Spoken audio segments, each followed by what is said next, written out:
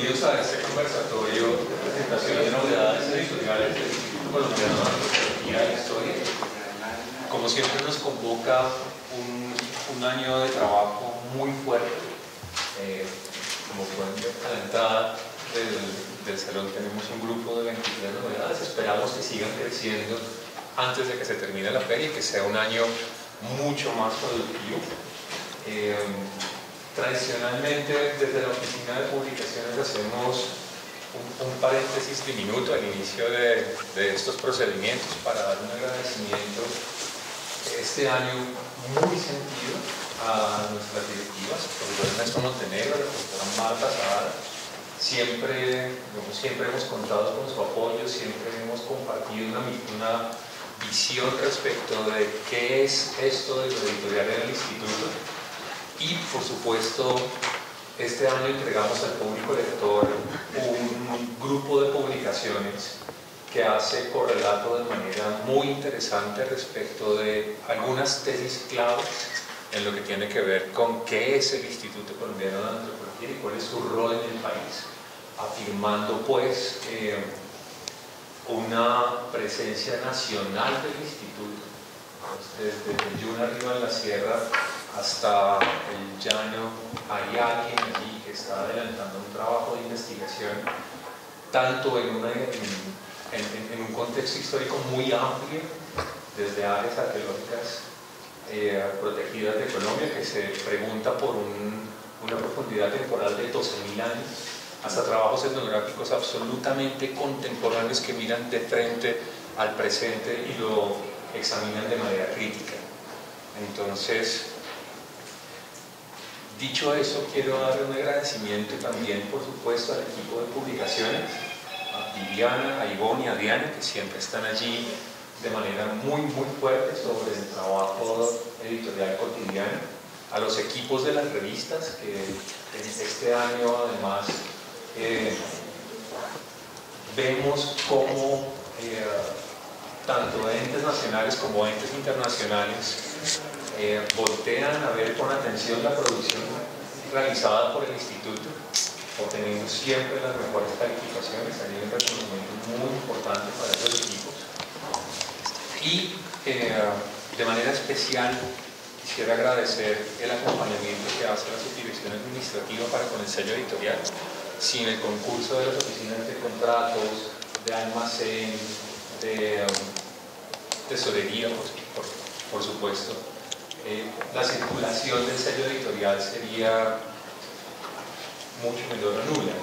En términos de la función de divulgación, que es una función transversal al ICANN, siempre debemos un agradecimiento para múltiples personas. Y en esta feria en particular quisiera agradecer a Diana Guzmán y a Jadasha Cárdenas, que nos han acompañado de manera protagónica en una labor muy fuerte, muy robusta de divulgación para entregar a los lectores este grupo de libros que presentamos hoy.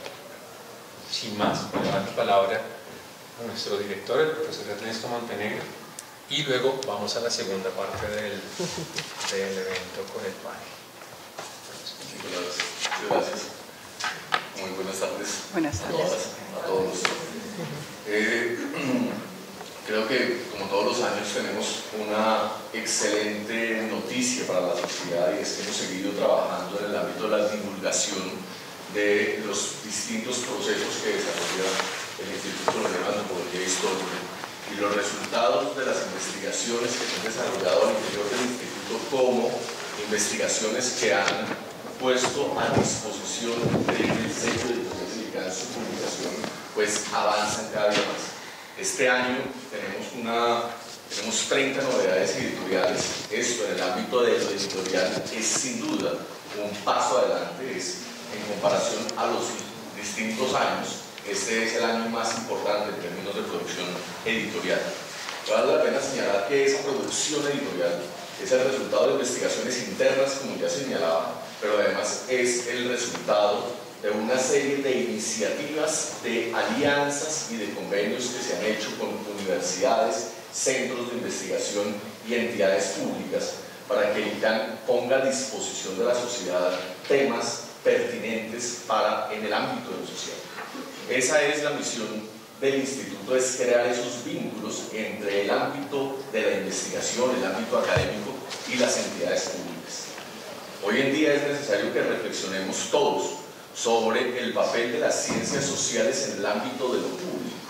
Hemos reflexionado y frecuentemente, y como ha sido el deber, por supuesto, la reflexión epistemológica y el desarrollo interno de las ciencias.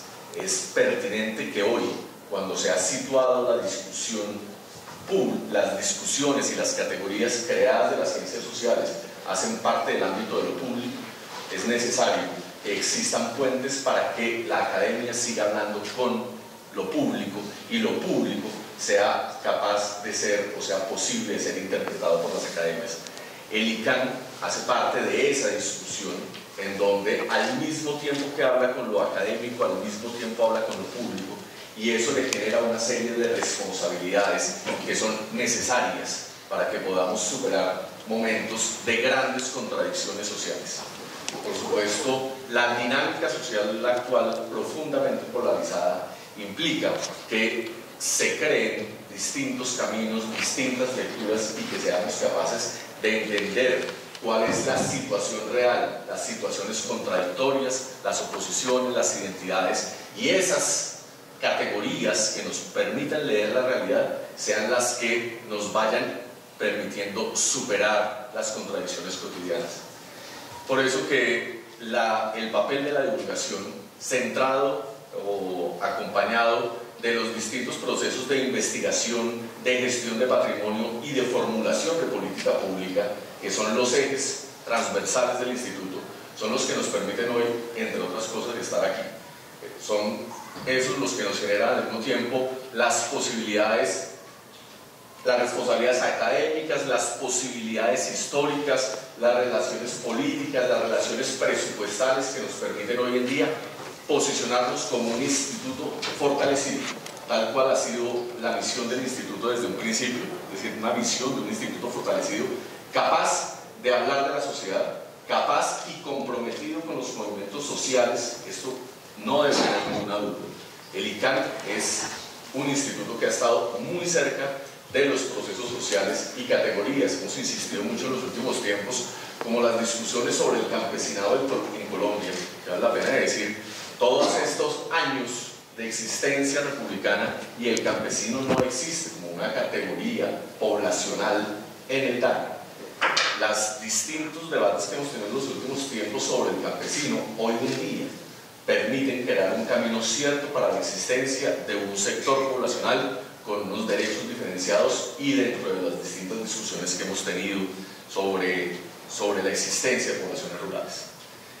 Eso acompañado de muy distintos debates de orden público en los que hemos estado involucrados, y que el vínculo con esos movimientos sociales es indiscutible. Y es el aporte que ha hecho el ICANN, tiene que ver con los procesos de investigación al interior de esos movimientos sociales, pero tiene que ver además con la capacidad de llevar los resultados de los movimientos sociales desde una entidad pública a las más altas instancias de discusión del escenario, justamente. Entonces, este es uno de los ejemplos, esta es una de las posibilidades que una institución que habla de lo público y que habla de la sociedad y la complejidad social se puede permitir. Por eso todos estos escenarios construyen, todos estos escenarios hacen que la sociedad sea más rica en conceptos, más rica en elementos de discusión, y de esa manera vamos construyendo. Quisiera agradecer hoy la presencia de 3 profesoras que hablan, que nos van a hablar y a discutir además sobre el rol justamente de las mujeres dentro del proceso de independencia, o en un periodo particular del siglo XIX, llamando la atención sobre el hecho de que la historia debe ser construida de manera colectiva y vinculando a todos los sujetos que han participado en la historia, en la construcción de la historia. Las lecturas que sean excluyentes, lecturas que no sean capaces de ver la diversidad de los movimientos, de las gentes, de los procesos, son lecturas que no aportan a la construcción colectiva de hoy en día. Entonces, por eso un agradecimiento muy grande a ustedes por participar de esta mesa. la mesa que hoy ha convocado el Instituto Colombiano de Antropología. Muchas gracias a todos los asistentes, muy amables. Muchas gracias. Bueno, entonces, Gracias. por favor. Bueno, muchas gracias a todos por participar, muchas gracias a nuestro director por la presentación que nos ha hecho. Este coloquio, este panel se inscribe dentro de esa filosofía, por supuesto, y es la de visibilizar grupos y sujetos sociales que tradicionalmente han estado al margen de las preocupaciones de lo público y también de lo historiográfico.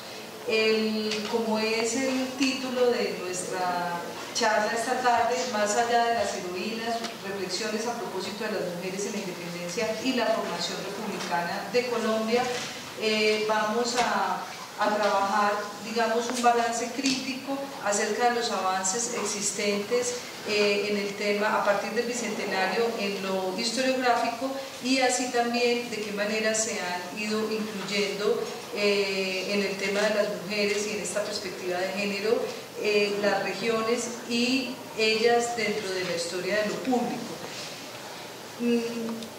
Hecha esta presentación general, quisiera pasar a presentar a nuestras tres invitadas que realmente son especialistas en el tema desde de las mujeres en la independencia, en el siglo XIX y en el siglo XX. Quisiera empezar desde mi izquierda por presentar a la profesora Marta Luz Martelo de la Universidad de los Andes. Marta es psicóloga de la Universidad de los Andes, magíster y doctora en Historia de la misma universidad, editora de la revista de Estudios Sociales y dentro de sus líneas de investigación, donde está la historia colonial y de género, yo personalmente quisiera destacar un último trabajo que ha realizado, un libro maravilloso que se llama Mujeres Patriotas y Realistas entre dos órdenes, discursos, estrategias y tácticas de guerra en la política y el comercio en la Nueva Granada 1790-1830. Yo espero que podamos conseguir el libro aquí en la feria. En este trabajo la autora se ocupa de manera central de la especial coyuntura de las mujeres en dos regímenes, en el régimen, digamos, republicano y en el régimen realista, de cómo construyeron los espacios de sociabilidad y de cómo a partir de los espacios de sociabilidad que van desde las chicherías hasta el atrio de la iglesia se pudieron construir redes y cómo construyeron formas o prácticas de lo público a partir de estos espacios y de estas relaciones. En segundo lugar, la profesora María Imelda Ramírez de la Universidad Nacional. Decía yo que la profesora tiene un extenso trabajo y reconocimiento. Es egresada y profesora del programa de trabajo social de la Universidad Nacional, magíster en historia de esta misma universidad y doctora en historia de América en la Universidad de Barcelona, España. No solo ha sido profesora, investigadora de posgrados y grupos de estudio de los trabajos del Departamento de Trabajo Social, directora del área curricular de Trabajo Social, integrante del Seminario de Mujeres y Sociedad de la Universidad de Barcelona y editora de la revista de Trabajo Social. Ha participado más como organizadora y ponente en diferentes eventos nacionales e internacionales. Entre sus publicaciones quisiera destacar De la ciudad barroca a la caridad ilustrada, mujeres, género y pobreza en Santa Fe, Bogotá, en el siglo XVII y XVIII, y además la publicación de diferentes artículos sobre las mujeres, el género y la violencia intrafamiliar en general en el siglo XX. Por último, la profesora Sandra Beatriz Sánchez, de la Universidad de los Andes, también de la Facultad de Artes y Humanidades de esta universidad.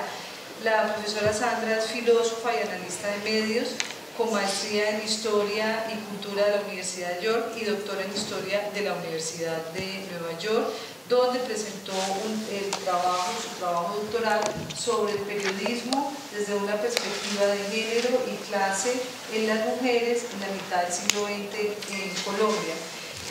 Yo quisiera destacar el esfuerzo que ha hecho Sandra, le contaba que la había conocido por YouTube, lo que ella llama salir de la abstracción de la academia. Me parece un tema tan pertinente, y en su esfuerzo por trabajar con otro tipo de poblaciones fuera de la academia, en el reconocimiento de la participación de lo femenino en la prensa y en cómo se hacen a partir de allí reivindicaciones y autorrepresentaciones. Bueno, hecho esto, muchas gracias por acompañarnos esta tarde. Con mucho gusto. Tenemos mucha expectativa. Yo realmente me siento muy honrada de poder hacer la moderación de este panel, pero como tenemos poco tiempo, debemos pasar a las preguntas que nos ocupan y que hemos construido, y empecemos con la primera. La primera pregunta relacionada con la introducción que hacía es: ¿cuáles ven ustedes que han sido los cambios o nuevas tendencias en la producción historiográfica que ha traído el Bicentenario, no solo en Colombia, sino también en América Latina? Podemos seguir, digamos, en el orden de izquierda a derecha, o como consideren. Okay. ¿El señor? Bueno, yo quiero señalar lo siguiente. Es un tema realmente muy amplio, y lo que quiero mencionar es que yo considero que la historiografía nacional y latinoamericana en general han avanzado de manera importante en los últimos años para estudiar y representar la participación de las mujeres en los procesos de independencia. Yo siempre partí diciendo que la producción historiográfica por décadas había asumido de manera a veces muy ligera que las mujeres no actuaron, señalando que no actuaron, no pensaron, no sufrieron las acciones de guerra y las guerras de independencia. Ahí, o sea, bajo esa premisa me propuse analizar e interpretar el sentido de las acciones de las distintas mujeres neogranadinas, tanto de las élites como del común, teniendo en cuenta, obviamente, con el mayor respeto por la diversidad en todos los sentidos, o sea, de condición económica, de edad, de educación geográfica, de las regiones, revisando el tema de las regiones, y trabajé un periodo que va de 1790 a 1830. ¿Por qué definí ese marco temporoespacial? Porque también lo miré en el marco de las revoluciones atlánticas, diversas todas ellas en sus motivaciones y contenidos, pero caracterizadas todas por la definición de ideales que movilizaron a muchas personas. En esa aparente transparencia de propósitos, lo que yo encuentro es que se acompañó de una profunda incertidumbre debido a que los grandes lemas que convocaban a todos, que eran la libertad, la igualdad y la solidaridad, eran polisémicos, o sea, yo siempre tengo en cuenta esa parte, y lo que quiere decir era que, así entendido, todo estaba por definirse y nada era estable en ese momento. Entonces, en ese marco entra el tema de las mujeres, del estudio de las mujeres, y obviamente a nivel nacional, pero también a nivel internacional, uno empieza a ver la evolución de la temática, por ejemplo, incluso con trabajos pioneros que nosotros tuvimos, como el de Evelyn Sherpa en la década del 70 del siglo pasado, donde estudia, basándose en fuentes que ella trabajó en Colombia, Perú, Venezuela. Ella estudia a las mujeres, pero estudia a las mujeres de las élites locales, y eventualmente mujeres del común sí aparecían de alguna manera reseñadas en esas fuentes. Y básicamente lo que este trabajo cumplió las funciones. Yo siempre digo que lo que se escribe en un momento lo debemos de tomar por lo que fue en su momento, o sea, no por lo que hoy quisiéramos que se hubiera producido de esos trabajos. En esos trabajos. Y lo que ella llega a la conclusión, y quiero señalar, es muy ligera porque es mucho más que esto, es que el proceso de independencia no le otorgó a las mujeres nuevos derechos políticos, económicos o legales, pero que además, en su opinión, las mujeres no los esperaban, aun cuando sí lograron avances en términos de educación. Luego tuvimos otra serie de trabajos como Las mujeres en la historia de Colombia, donde se trabajó desde diferentes perspectivas los temas de vida cotidiana, honor, sexo y fiestas, y ahí fuimos evolucionando una serie de trabajos. Después salió otro trabajo que quiero resaltar, que fue el de la familia iberoamericana, que trabajó un periodo de 1550 hasta 1980 y recogió trabajos de toda la región, revisando vínculos familiares, mirando las difusas fronteras entre lo privado y lo público. ¿Por qué estoy haciendo referencia a todo esto? Porque todo este tipo de trabajos terminaron enriqueciendo, digamos, como diferentes aspectos de lo que fue mi investigación de trabajo sobre las mujeres. Para llegar a entender que se habían establecido estereotipos, muchos estereotipos, sobre la mujer decimonónica, como una mujer abnegada, como una mujer callada, que hoy sabemos que no corresponde con la realidad. Y todos estos análisis nos permitieron indagar y visibilizar las estrategias utilizadas por estas mujeres para escribir peticiones, intervenir en la vida política, sin transgredir en algunos casos los cánones impuestos por el nuevo orden. De manera que muchas de ellas no aparecían como subversoras, sino que, adscribiéndose en el lenguaje de la época, buscaban reivindicaciones distributivas, pero no de reconocimiento. Considero que al estudiar la vida de hombres y mujeres, y quiero señalar aquí, no estoy señalando toda la enorme variedad de trabajos que se han aproximado para estudiar las mujeres, pero lo que quiero señalar es que al mirarlas de manera relacional, tanto hombres como mujeres, me ha permitido a mí mirar el interjuego de estas relaciones para comprender las estrategias y los mecanismos de los que hacían uso tanto las mujeres como los hombres en muchos frentes, y me han permitido poder señalar que muchas veces ellas participaron de un aprendizaje invisible y silencioso y aprendieron destrezas que le permitieron estar en muchos frentes en los momentos de la independencia, y particularmente yo me centro en dos décadas particulares, que son la de 1810 y la de 1820, porque yo considero que en la década del 10 ellas tuvieron una fuerte presencia y se sintieron incluidas y fueron convocadas para la construcción y la defensa de la nación.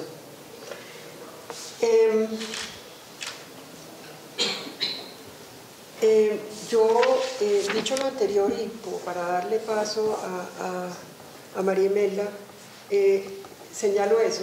Hay trabajos muy específicos, por ejemplo, si yo miro otro tipo de trabajos, como incluso que no se llevaron a cabo propiamente en Colombia, como fue el de Sarah Chambers, esos trabajos nos permitieron mirar aspectos que mostraron la porosidad de las fronteras para atender el espacio público y el espacio privado, o sea, espacios que de alguna manera se pensaban que delimitaban a las mujeres a lo privado y lo doméstico y lo comunitario.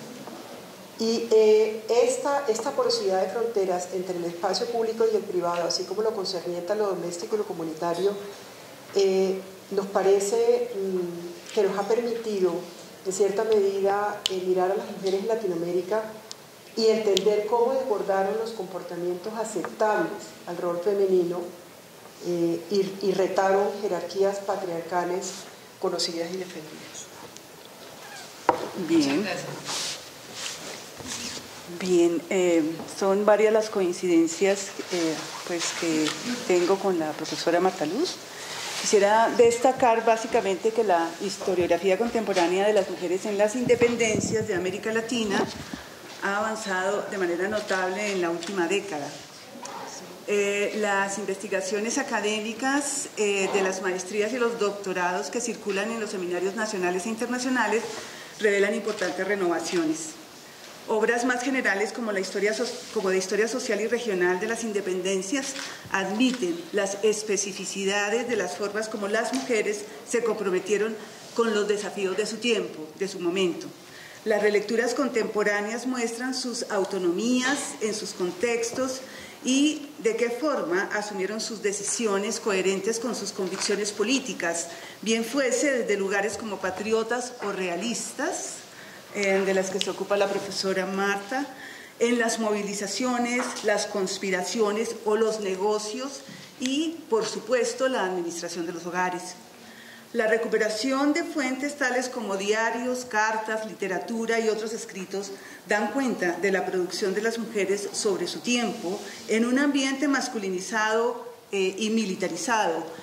Las nuevas miradas sobre las mujeres en estos procesos de las independencias avanzan también en la perspectiva de las posibilidades analíticas de la categoría género, que en este caso comprende análisis de los contextos, de los discursos políticos sobre las mujeres, las mentalidades, la opinión pública, las representaciones culturales y los imaginarios. Son relecturas que se hacen de la prensa, de distinto tipo de materiales que circularon en estos periodos de las independencias.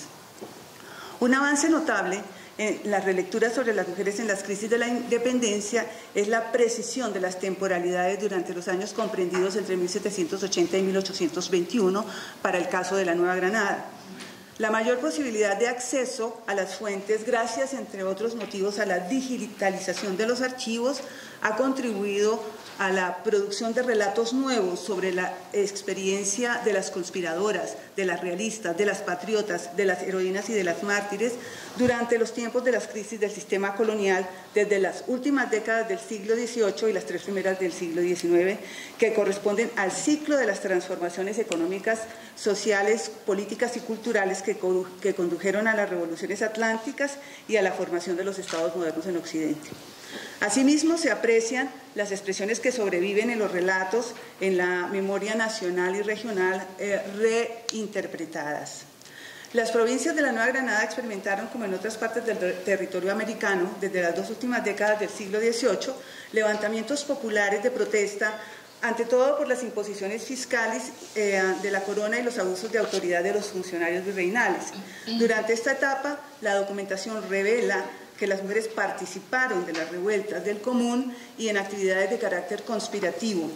En ocasiones, pues, esa presencia de las mujeres se confunde con la masa y pues, los ejercicios nuevos permiten identificar que también tienen rostro aquellas mujeres.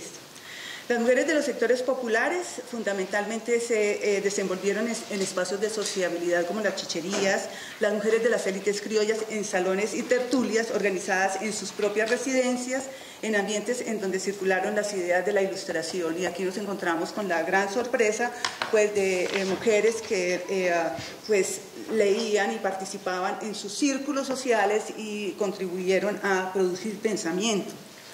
Entre 1810 y 1815 se desplegaron un conjunto de movimientos autonomistas e independentistas que expresaban las tensiones regionales entre las ciudades relacionadas por vínculos económicos y políticos históricos, como Cartagena y Mopós, Valledupar, Santa Marta, Cali, Popayán, Tunja y Santa Fe, Socorro y Girón. En esa etapa, los ensayos de organización del Estado significaron enfrentamientos locales y regionales entre las fuerzas que impulsaron los proyectos federalistas y centralistas. Estas tensiones implicaron a las mujeres en las movilizaciones militares como partícipes de la inteligencia para las campañas. Además, experimentaron ellas la alteración de su cotidianeidad, las privaciones por desabastecimiento, el empobrecimiento de las regiones en momentos de estas guerras.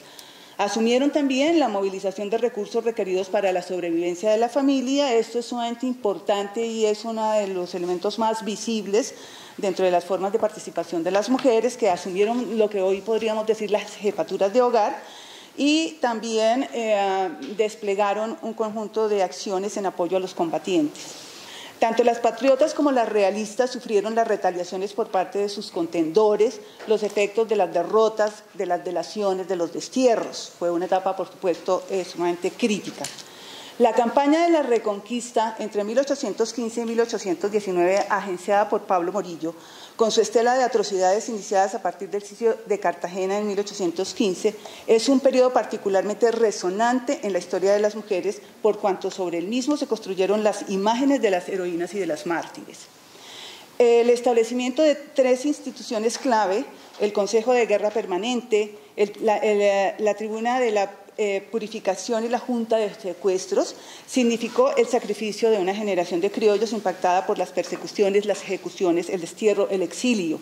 La documentación revela a las mujeres transitando precisamente en los espacios públicos, es decir, saliendo de sus espacios privados, con sus peticiones que apelaban tanto a la magnanimidad real por una parte o a la justicia republicana por otra, para lograr la libertad de sus esposos o hijos, la restitución de sus bienes confiscados o compensaciones económicas ante el empobrecimiento causado por la guerra y la incautación de los bienes. Desde 1819 a 1830 se emprendió la organización del Estado republicano y se produjo una lenta restauración del orden. Y yo subrayo este punto, incluyendo el orden de género trastornado por las mujeres durante la etapa de la crisis de la independencia, por cuando las perturbaciones políticas y sociales hizo posible su participación en la deliberación política, en la resistencia, inclusive en algunas de ellas en la actividad armada. Ante todo, en la asunción de unas ciertas autonomías frente a las decisiones que demandaban los negocios, la administración de las propiedades rurales y urbanas, mientras sus cónyuges se encontraban en el frente. Entonces, en esta etapa de ya consolidación del orden y de recuperación del intento de recuperación del orden de género, el mensaje fue, de nuevo, las mujeres a casa. Bueno, para culminar esta parte, quisiera destacar la labor del Centro de Estudios de la Mujer en la Historia de América, CENJAL, coordinado por varios años por Sara Beatriz Guardia, profesora e investigadora de la Facultad de Ciencias de Comunicaciones, Turismo y Psicología de la Universidad San Martín de Porres de Lima. Esta actividad demuestra los avances en las nuevas perspectivas que contribuyeron a construir una visión global de las independencias desde México hasta Argentina, el compromiso de las mujeres en diversos grupos humanos como las indígenas del Alto Perú, las criollas y mestizas de México y de otros lugares. Se aprecia la copiosa producción académica de eventos internacionales, posible de consultar en la página web de acceso libre del centro. Muchas gracias. Sí, gracias. Bueno, pues es difícil añadir cosas en este punto. Yo creo que es, por supuesto, cierto que hay acceso a nuevos archivos, la digitalización es importante, sabemos que hubo una participación de las mujeres, hay una sociabilidad clave en estos sectores que mis colegas acaban de mencionar, las chicherías, eso incluye espacios públicos, no solamente lo que está restringido al espacio privado, las movilizaciones, la participación militar, etcétera, etcétera. Y yo creo que eso es clave, pero hay cosas que a mí me siguen preocupando sobre estos asuntos. O sea, yo no quiero decir que no hay un avance, que no se ha escrito, que no conocemos cosas. Por supuesto que conocemos nuevas cosas, por supuesto que entendemos mejor la historia de la independencia, ¿cierto? Y la participación de las mujeres allí. Y, por ejemplo, estar aquí y que estemos en este momento hablando de un bicentenario, que ustedes hayan propuesto esta mesa, ¿cierto? Es una oportunidad para poner esto sobre la mesa, ¿no? Y eso es clave. Pero yo tengo una preocupación, es después de la celebración del bicentenario, después de que se acabe todo el ruido de los medios con la celebración del bicentenario, cuando se acabe la Feria del Libro, ¿qué pasa con estas historias? ¿Qué pasa con la historiografía y con la producción? Yo creo que hay todavía cosas por hacer. Creo que nosotros, sí, hay esa producción. Ustedes hablaban sobre la importancia de la proliferación, ¿cierto?, de trabajos históricos que se hacen como parte de las tesis de maestría, las tesis de doctorado, pero ¿qué hacemos nosotros con eso de cara a una preocupación real sobre la historia de las mujeres y de género? ¿Para qué hacemos esa historia? ¿Por qué y qué relevancia tiene para nosotros no solamente como historiadores y como académicos, sino también como ciudadanos que estamos pensando en la construcción permanente de este país. Eso me hace, por ejemplo, pensar que durante los últimos 2 años, o 3, 4 años, ¿no?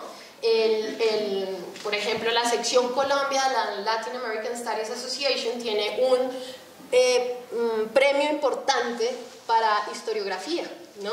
Se llama el Michael Jiménez.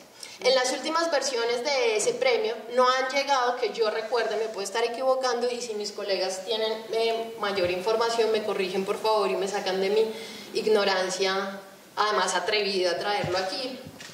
Y es, no ha habido historiografía de mujeres que se presente al premio. Y sí, este año tenemos a una mujer ganadora que escribió un libro, y no todas las mujeres tenemos que escribir historia de mujeres, por supuesto, ni historia de género. Pero lo que yo quiero anotar es que esa proliferación y todos esos avances, ni siquiera en el contexto de un premio académico internacional, tiene un eco, ¿no? O sea, no hay postulaciones de esta historiografía, no hay títulos suficientes para poder otorgar un premio. Entonces eso me parece importante subrayarlo. Yo creo que es contundente, porque si no nos quedamos nosotros, entre nosotros, hablando de la pertinencia a la historia. ¿Qué es la historia de las mujeres? Y yo sí tengo una gran preocupación de lo que significa ese uso para afuera. Y yo creo que la historia, y esto también es, digamos, puede ser controversial, la historiografía, yo creo que a pesar de sus avances sigue siendo un campo bastante machista. Es decir, todo lo que nosotros hemos hecho en la última década no es suficiente para equilibrar, digamos, la fuerza que tiene una historiografía más machista que se concentra en otros lugares. Por ejemplo, la presencia de estos temas sigue siendo marginal en los departamentos de historia, ¿no? Eso es como, ya llegó aquí la feminista, es decir, sigue estando en la margen, ¿no? Y si no fuera por el Me Too, si no fuera por las últimas tendencias, digamos, que también están asociadas con una ciudadanía más activa, no estaríamos aquí hablando de género. Es decir, las cosas que pasan en la academia, lo que nosotros escribimos, está también vinculado a nuestro devenir contemporáneo. Mi pasión es la historia, mi pasión es la historia. Yo he hecho historia del siglo XX y ahora quiero hacer historia del siglo XIX. Es el pasado, pero yo sí quiero pensarme en lo personal como alguien que interactúa con su contexto y con las preguntas de hoy, no porque quiera, digamos, imponerle eso al pasado, pero yo creo que así como a los historiadores nos fascina pensar que el pasado y las historias iluminan el presente también tiene un esfuerzo sobre el pasado y sobre las preguntas que nosotros le planteamos a los archivos. Cuando nosotros hablamos de las mujeres en la esfera pública, eso no, o sea, digo, las fuentes claro que nos hablan por sí mismas, pero también nosotros tenemos preguntas que hacer, y en esa medida yo quiero como también poner sobre la mesa la importancia que tiene para que siga avanzando esta historiografía, ¿no? Para que sigamos entendiendo cómo fue esa historia de las mujeres en distintos periodos. Estamos hablando de la independencia porque celebramos el bicentenario y es fundamental, pero en distintos periodos. Tenemos también que entender un poco más cómo nosotros como historiadores y como académicos nos articulamos con ese mundo que a veces decimos afuera, pero es nuestro mundo, ¿no? Y para mí es clave, por ejemplo, entender mejor qué significan los movimientos feministas populares, o sea, las verdes, el manual pop feminista de Catalina Ruiz Navarro, etcétera. O sea, yo sí creo que tiene que haber un diálogo ahí para interpelar, para cuestionar, porque nosotros, la historiografía avanza, pero mientras nosotros hemos hecho todo esto, o bueno, yo no hago historia del siglo XIX, qué atrevida soy, mientras ustedes hacen todo esto, y gracias, la verdad es que La Pola, Amar la hizo libre, es la telenovela, y los colombianos saben historia del siglo XIX, porque se dieron La Pola, ¿no? Y Amar la hizo libre es la reiteración de que la mujer pues está hecha para amar, para cuidar, y cuando muere, pues muere por esa patria. Entonces yo creo que sí hay que estar como un poco más... Sandra, yo quiero señalar algo muy breve. Yo creo que conocer la historia, y la historia, digamos, que contiene todo esto, recuperación de fuente y demás, es realmente representar una historia diferente, teniendo en cuenta que cualquier pregunta que nosotros nos hagamos, nos las hacemos desde el presente. O sea, yo no me pregunto por el pasado, claro. Sino es desde el presente mismo.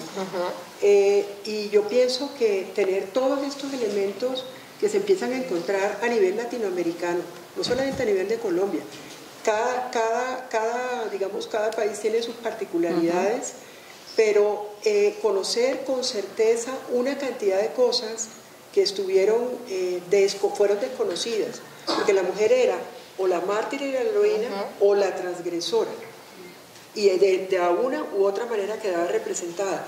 Saber que hubo mujeres del común, saber que hubo una enorme participación de mujeres cuyos nombres no conocemos, pero que realmente y dieron sus vidas como la ola o como la heroína estática que conocemos hoy en día con los nombres de algunas de ellas.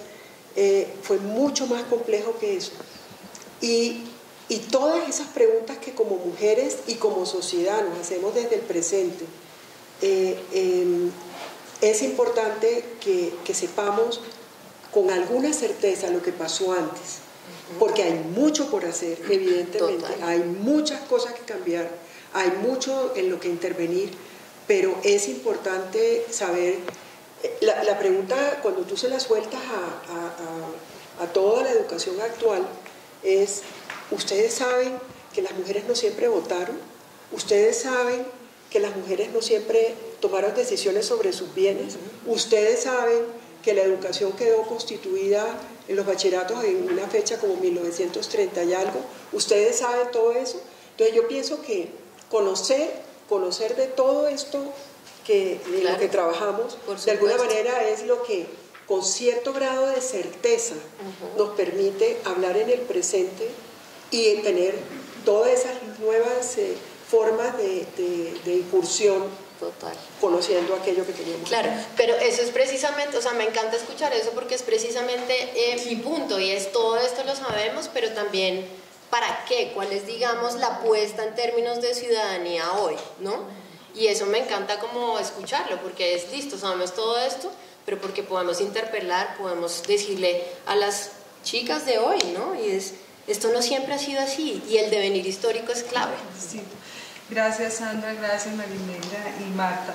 Bueno, a ver, nos quedan 20 minutos, yo creo que vamos a tener que compendiar algunas preguntas. Yo quiero montar particularmente dos, y a propósito de lo que ustedes están hablando, de lo que han hablado y en este barrido que han hecho en general de una mayor producción historiográfica en la última década, que evidentemente está muy ligada a la conmemoración del bicentenario de 2010. Y son otras lecturas también, ¿no? Son otras lecturas, pero que ha, digamos, estimulado esta proyección. Mi pregunta es: esto ha sido una gran producción académica, por lo que veo, no solo en el país, sino a nivel latinoamericano.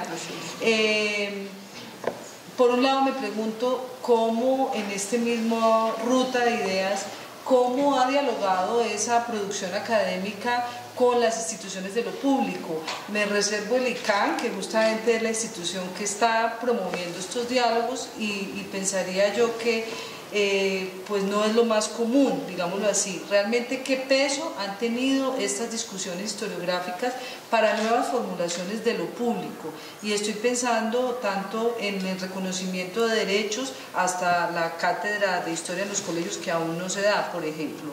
Y quiero juntar eso con esta noción de la construcción de la heroína, que no solo es para la independencia, sino también en el siglo XX, que las hemos tenido en este país, que les sobran mártires, digámoslo así. Entonces, ¿cómo dialoga por un lado la producción académica con lo público como un espacio de la reivindicación de derechos de minorías, de grupos ausentes, entre comillas, o que han estado ausentes de la historia? Y por otro lado, ¿cómo ha sido esta construcción de la figura de la heroína en un país que se está construyendo aún, pues de una nación que aún se está construyendo, pero, como digo, al que en un sentido pues le sobran mártires, si es que acaso hemos canonizado esa figura del sufrimiento como una condición natural para ciertos sujetos sociales. Si les parece, podemos avanzar. Nos quedaría una última pregunta, entonces yo quisiera que aprovechemos estos 20 minutos. Bueno, yo quisiera referirme a un punto en la línea de las preguntas que preparamos para este conversatorio sobre, bueno, las perspectivas que se avisoran y especialmente lo que tiene que ver con la historia local y regional. Yo considero que las investigadoras y algunos pocos investigadores en los programas de los posgrados de diferentes universidades del país han hecho su tarea, explorando desde perspectivas renovadoras los archivos regionales y recuperando y reinterpretando la participación de las mujeres en las independencias en los ámbitos locales. Sin embargo, estas elaboraciones aún se inscriben por lo regular en iniciativas individuales sin mayor articulación con los programas de investigación más integrales y globales, en parte por la persistencia en el mundo académico de los prejuicios respecto a la historia de las mujeres y el género, que aún se consideran líneas menores, o en el mejor de los casos, consideradas políticamente correctas para la captación de recursos de la cooperación internacional, condicionados a la inclusión de la perspectiva de género. Yo veo esa dificultad allí. La pregunta última que nos hacían era, bueno, ¿cómo se puede articular esta investigación académica con los procesos de construcción de historia pública, de historia regional y de historia local? Y yo me quisiera referir rápidamente, lo más rápidamente posible, a 4 puntos. Uno, la larga tradición de las apropiaciones populares de la imagen de la pola en el municipio de Guaduas y de otros del departamento de Cundinamarca, documentadas por la historiadora regional Alicia Hincapié con sus estudios sobre la iconografía de la heroína, invitan a volver la mirada sobre la significación atribuida a Policarpa Salabarrieta por las niñas, los niños, las jóvenes y los jóvenes de los municipios y de la región, animada por equipos docentes y las autoridades, y potenciar así las posibilidades de estas iniciativas. 2.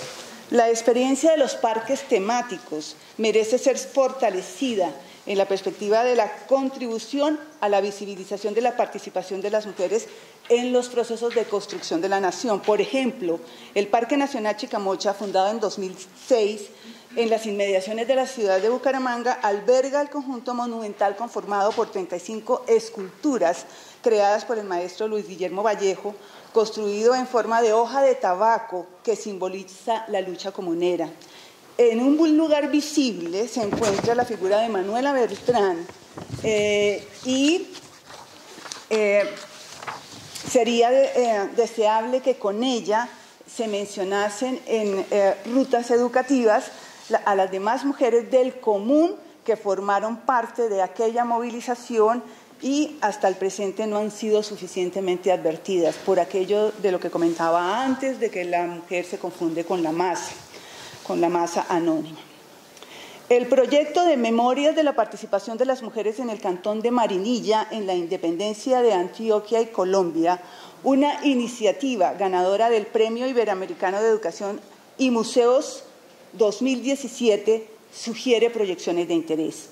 La investigación impulsada por la historiadora feminista Marta Álvarez de la Universidad de Antioquia buscó en primer lugar el rastro de las heroínas reconocidas como Simona Duque y recuperar y reconocer otras mujeres, incluyéndolas inclusive como heroínas. Ella señala que lo son, tal como fue el caso de Ana María Rincón, la madre de Simona, con una historia de insubordinación. Además, es de destacar que se reconstruyeron las acciones colectivas de las mujeres del cantón de Marinilla, quienes se encargaron de dotar de uniformes y provisiones a los jóvenes que se alistaron en las filas de José María Córdoba. La investigación amplió conocimiento de la contribución de las mujeres a aquellos procesos de la independencia en la perspectiva de género en los municipios de Cocorná, San Rafael, San Francisco, El Santuario, Granada y algunos otros del oriente antioqueño. Es un proyecto realmente para emular, sumamente interesante. Para culminar, quisiera destacar que las recreaciones de la leyenda de la cacica gaitana han llamado la atención de investigadoras e investigadores en el campo de la historia regional y de la literatura del suroccidente colombiano. El mito se construye resignificando un fragmento difuso de las crónicas de Juan de Castellanos del siglo XVI sobre la conquista, crónica dedicada a los varones ilustres de Indias. Más que de la historicidad de una figura femenina que alardea de su poder sustentado en el rango de cacica, que manifiesta el odio a los protagonistas de la ocupación de su territorio, sus estudios se concentran en la interpretación de las distintas versiones de un relato que pervive en la memoria colectiva, que es plural y de larga duración. La investigadora Susana Matallana comenta que en los últimos 200 años la gaitana ha fungido ora como prototipo libertario de la guerra de independencia, ora como ancestral figura materna del periodo republicano. Sindicatos, organizaciones feministas, frentes guerrilleros, centros educativos, obras de teatro y hasta concurso de belleza han adoptado el nombre de la cacica gaitana. En el sitio web del Luis Guillermo Vasco, profesor de antropología de la Universidad Nacional de Colombia, figura una ventana que alberga las cartillas dedicadas a la lucha indígena en el Cauca y comenta de qué forma se construyeron los mapas parlantes dentro de un proyecto conocido, Historia Política de los Países, que seguramente ustedes todos conocen. Yo culminaría esta disquisición señalando que es de anotar, dice el profesor Vasco, que por esa época en que se hicieron las cartillas parlantes, se presentaba por la televisión colombiana un seriado que pretendía mostrar las luchas de la gaitana, cuyo papel era desempeñado por una de las más populares jóvenes y agraciadas actrices colombianas. En el momento de mostrarlas en el mapa, en las reuniones con los países, ellos plantearon que tenía que ser una mayora quien representara a la gaitana, pues de otra manera no hubiera podido ser cacica, ¿no? Debido a la falta de edad y de la experiencia que viene con ella. Finalmente, el dibujo se elaboró a partir de las fotografías de mayoras que habían sido tomadas en distintos momentos durante la relación con las comunidades. Estas son formas de apropiación popular de las figuras de las heroínas y de las mártires, ¿no?, de la historia de la independencia. Gracias. Gracias. ¿Quién, Si quieres, Marta, no sé. No sé, participa. ¿Sí?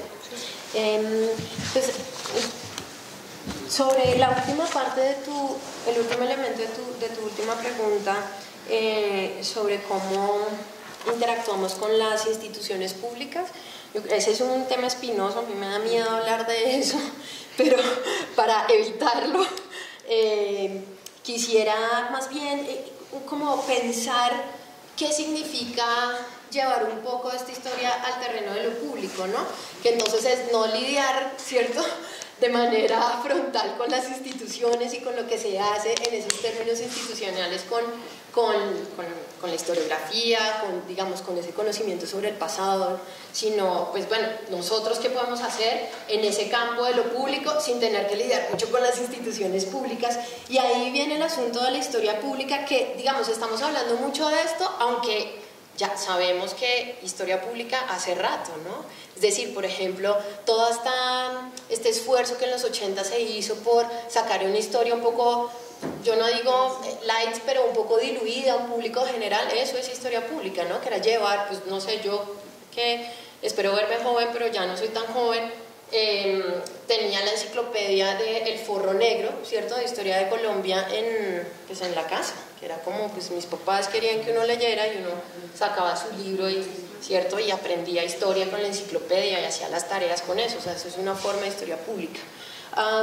De manera que, pues bueno, hablamos mucho de eso, pero pues eso también tiene su trayectoria, y yo creo que es importante, o por lo menos para mí lo ha sido, pensar la investigación histórica digamos, sobre mujeres, ¿no?, digamos, con estos problemas y preguntas de género, pensarla desde su inicio en las posibilidades de interrelación e interacción que tiene con otros espacios más allá de la academia. Y eso quiere decir pensar la investigación, claro, con la rigurosidad del archivo, con la rigurosidad, digamos, de instalar un argumento histórico alrededor de un cuerpo historiográfico, de una bibliografía potente con la que uno está dialogando, es decir, hacer un trabajo disciplinado de la historia, pero también pensar cuáles serían desde el inicio las posibilidades de llevar esta historia a otros escenarios para poder entender, ¿cierto?, cómo hay apropiaciones y cómo hay unos usos públicos, ¿no?, de otros, de esas historias. Entonces, ¿esto qué quiere decir? Quiere decir, y perdón que hable de este proyecto de manera, sí, y es, por ejemplo, yo tengo un proyecto que es el de Mujeres de Prensa, es un proyecto digital, lo encuentran en, voy a hacerme autopublicidad, y además nos estamos grabando, genial, así que esto es en pasadoimpreso.uniandes.edu.co, y ahí está Mujeres de Prensa, y Mujeres de Prensa, digamos, no solamente se ha quedado en el ámbito de lo digital, sino que yo he proyectado unos talleres para trabajar con mujeres en procesos de alfabetización. Entonces yo trabajo con, o sea, esto es un proyecto de cultura impresa, de cultura escrita, y el reto ha sido, ¿cómo hablo yo de este proyecto de historia de la cultura impresa, la cultura escrita de mujeres, ¿cierto?, que además es digital, con mujeres en bibliotecas, ¿cierto?, públicas, no la Virgilio Barco, ¿cierto?, no, en Servitar, con las mujeres que bajan de las lomas de Usaquén y llegan a la biblioteca de Servitar a que alguien como yo les hable de esta historia. ¿Qué he hecho yo? Pues voy con mis fuentes primarias, ¿no? Pero ¿cuáles fuentes? Las fuentes que están llenas de fotografías. ¿Y qué hacen estas mujeres? Empezar a pensar sus propias vidas de cara a lo que están escuchando de esas vidas del pasado de las otras mujeres. Entonces, por ejemplo, Marta, cuando tú decías, listo, tenemos este conocimiento, ¿cierto?, de alguna manera certero. Y claro, uno en el salón de clase, en un lugar privilegiado como los Andes, pues chévere, ¿cierto? Chévere que lo sepan, ¿no? Y que entiendan también su lugar y el pasado, pero cuando uno lleva esto a otro escenario, ¿no?, y ve cómo hay una especie de uso de eso, pues uno entiende que ese trabajo pues sí es más expandido y sí es más público, ¿no? Más allá de las instituciones, más allá de los libros, más allá de, y no es obvio que todo parte de la producción académica, ¿no?, disciplinada y rigurosa, pero yo sí creo que esas apuestas de la historia pública hoy pues son muy interesantes si pensamos en una diversificación de los productos académicos, ¿no? Y es, ¿qué es un producto académico? El artículo, el libro, ajá, bueno, ¿y qué más? O sea, ¿qué más para poder entonces nosotros establecer un diálogo más fructífero con otros que no seamos nosotros mismos? Y pues los talleres salieron bien, o sea, yo estaba asustada, yo dije, no, porque, o sea, ¿cómo así? Si es que mis fuentes y como, ¿no? Pero no, salió muy bien. ¿Y qué hicieron? Pues aprendieron de esas mujeres de mediados del siglo XX y luego entonces usaban todo eso para entender sus vidas. Y decían, yo no aprendí a leer porque mi papá creía que yo no tenía derecho a leer, ¿no? Y tenía que coserle los zapatos a todos mis hermanos. Y hoy tengo 60 años y quiero leer, quiero poder no solo ver la portada de esta publicación de mediados del siglo XX, quiero poder leer lo que está ahí. ¡Wow! ¿No? Pues me parece que es, bueno, no sé, yo me puse chulito, carita feliz. No sé si a todos les parece un buen propósito, un propósito loable dentro de lo académico, pero para mí fue especial. Muchas gracias, Sandra. Yo creo que estamos de acuerdo en que hay que buscar redefinir esos productos académicos y buscar de qué manera hay más diálogo entre las academias y el medio externo y por supuesto las academias y lo institucional, porque a veces parecieran departamentos estancos. Quiero ir a la última pregunta que recoge un poco esto que estamos hablando y es a propósito de este momento del Bicentenario, ¿qué reflexiones se pueden hacer ante la inclusión política de las mujeres en Colombia? Porque estamos, digamos, abordando un poco estos diálogos más allá de la academia y su papel como ciudadanas. También, ¿cómo ha sido, me pregunto yo, cuáles han sido hitos importantes en esta construcción de ciudadanía y cuáles han sido las realidades de inclusión en estos 200 años, como qué grandes hitos hay ahí? Sí, yo quisiera que cada una pensara como en cuáles considera que son los 3 grandes hitos de esa inclusión, porque Marta nos decía al principio y María Imelda, primero que durante la independencia estuvieron más o menos en un limbo, no eran ni ciudadanas ni vasallas, y tampoco eso trajo en lo real nuevos derechos de ciudadanía. Es decir, cómo se ha dado este tránsito, si pudiéramos marcar unos hitos a partir de ese momento en esta inclusión de ciudadanía de las mujeres en lo que llamamos nuestra República de 200 años. Pues empiezo yo por lo primero. Por lo primero. La realidad fue que en esa década de 1810 a 1820 las mujeres fueron convocadas para defender a la nación. Fueron convocadas e incluidas. Se les pedía, ellas tenían una obligación de defender a la nación. Estoy hablando de las mujeres patriotas, evidentemente, no las que profesaban exactamente. También entendamos que muchas mujeres, como los hombres, en esos primeros años de la República, a veces cambiaron de bando. Fueron muchas veces realistas y en otro momento transitaron a ser a favor de la independencia. Todo esto para señalar que estamos hablando de seres humanos, o sea, que apelaban a los diferentes órdenes desde sus propias necesidades, desde sus propios intereses, desde la defensa de su familia, de sus bienes, desde sus temores, desde sus ilusiones. De ese tipo de ciudadanos estamos hablando. Entonces, la pregunta, si ellas se consideraron incluidas, sí. Muchas mujeres, cuando uno revisa toda esa primera documentación, y yo hice una revisión bastante amplia de eso, ellas se les nombraba como ciudadanas y ellas a su vez, fueran de las élites, fueran del común, ellas se hablaban como ciudadanas. En la documentación, entendiendo que los significados de la palabra ciudadanía eran, o sea, no lo entendamos con toda la connotación clara que tenemos en este momento, pero ellas sí, digamos, tuvieron o creyeron que iba a haber una inclusión de otro orden. Luego, cuando viene la década del 20 y se escribe la Constitución, ¿realmente qué pasa ahí? En la Asamblea Constituyente de la Villa del Rosario de Cúcuta, en 1821, ¿quiénes se reúnen? 57 hombres. ¿A hablar de qué? ¿Sobre qué se estaban dando cita? Se dieron cita para darle vida a un país y crear instituciones. ¿Cuántas mujeres estuvieron ahí? ¿Cuántas tuvieron voz en aquello? Ninguna.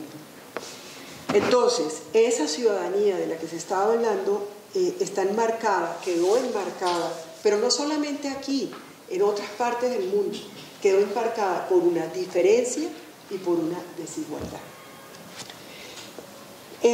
Esas regulaciones que se crean en ese momento, a su vez, crearon las barreras para regresar a las mujeres al espacio público, al espacio doméstico.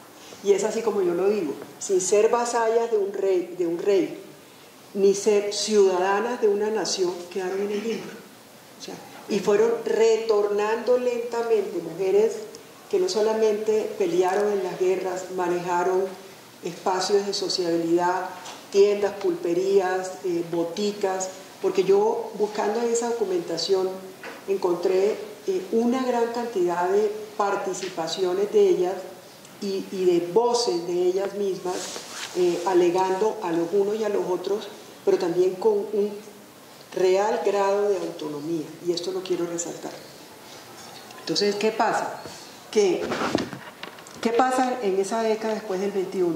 Que hay un declive en el reconocimiento que las élites políticas y económicas les hicieron como sujetos políticos. Entonces, ¿qué sucede ahí?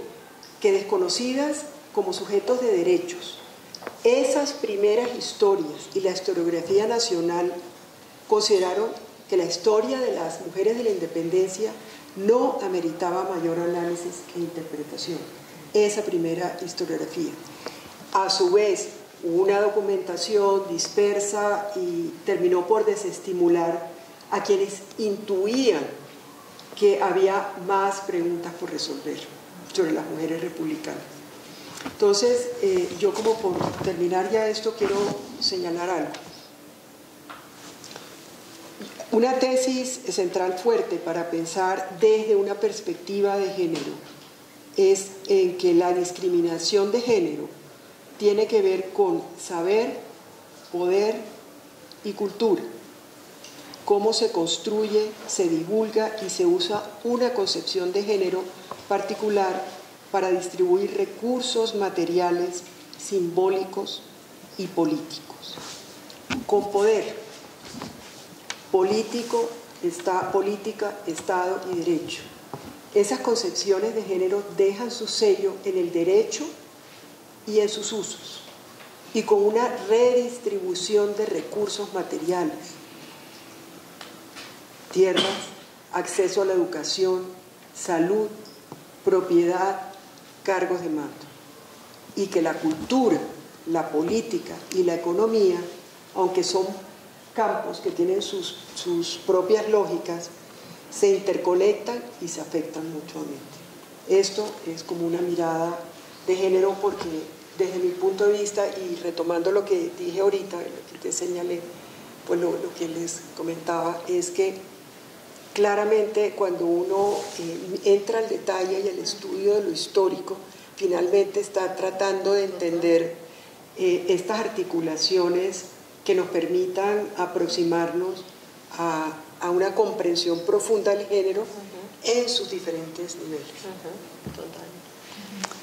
Bueno, yo quería hacer una pregunta al auditorio a partir de lo siguiente. La profesora Marta señala que en la Constitución de 1821 no participó ninguna mujer. ¿Cuántas participaron en la del 91? Sí. ¿Cuántas mujeres participaron? 4 mujeres participaron. Entonces yo creo que después de cuántos años, pues la participación de las mujeres sigue siendo bastante minoritaria, ¿no es cierto? Sin embargo, yo quisiera notar que las mujeres nos obstinamos en ser ciudadanas y en participar como tales. Uno de esos recursos es la clara convicción de una gran mayoría de las mujeres en los recursos legales para resolver sus conflictos de la vida cotidiana.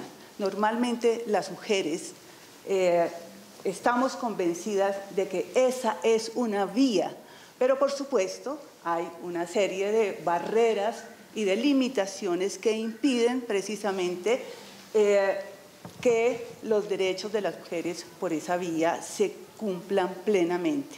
Pero ahí tenemos una condición de ciudadanía sumamente importante que hay que seguirla potenciando, ¿no? Gracias. Como apropiación de derechos. Claro, como, sí. La convicción en la ley, ¿no? Sí. Es una convicción escéptica, pero que se usa. Gracias.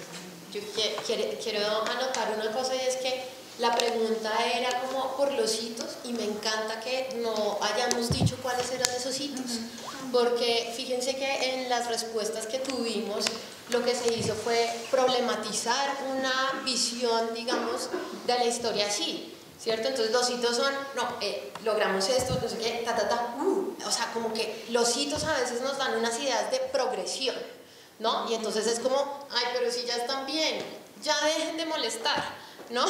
Entonces yo creo que me gusta mucho esto porque de nuevo volvemos a esa problematización de la historia, que nos da la historia, es como la complejidad que hay ahí en el pasado, y pues esas búsquedas, esas nuevas miradas de los archivos también nos permiten esto, ¿cierto? Y decir, pues sí, hay unos hitos, pero un momento que la cosa es más complicada que eso, ¿no? O sea, lo que vemos es como esas posibilidades de entender las distintas capas y las redes y las intersecciones. Sandra, yo diría que también es entender que en términos de derechos, la historia de las mujeres no siempre ha tenido un camino ascendente. Así es. Y eso, digamos, cuando entramos al detalle, uno lo va observando en toda la ruta. Así es. Y eso que mencionas tú es importantísimo porque, y cuando decías lo de los seres humanos que a veces estaban aquí o allá, eso también se ve en el siglo XX, ¿no? Y nosotros también hablamos de las mujeres, ¿no? Y pues aunque digamos el plural, eso no significa que no las estemos homogenizando. También tendemos a eso y es muy importante, ¿no? Cuando nosotros hablamos de mujeres en términos históricos, ¿no? Hay una heterogeneidad y por eso la pregunta por el territorio y por la región sigue siendo importante, ¿no? Porque es qué mujeres, cuáles heroínas, como tú lo mencionabas, ¿no? Es que es múltiple. Sí, sí. Tenemos, muchas gracias, tenemos yo creo que para 3 preguntas máximas, aunque ya estamos en el tiempo, pero si alguien quisiera hacer una pregunta particular. ¿No? Muy ordenados con el tiempo.